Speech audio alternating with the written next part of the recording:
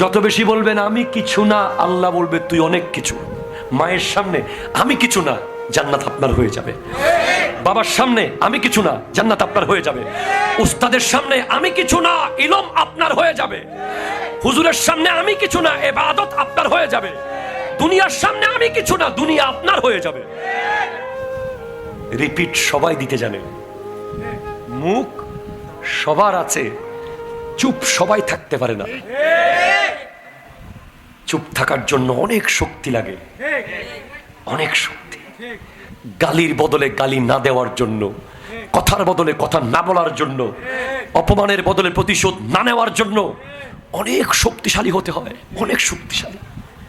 এটাকে বলে সবর। আর এটার বিনিময় কোনো ক্যালকুলেটরে আসে না। ইন্নামা ইউআফফাস সাবিরুনা আজরাহুম বিগাইরি হিসাব। এখানে কেউ না দেখ বিনিময়, এখানে না পান, কবরে গিয়ে বলবেন।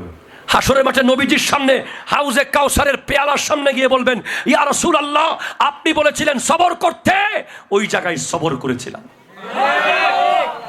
আপনি বলেছিলেন জবাব না দিতে, আপনি দেন নাই।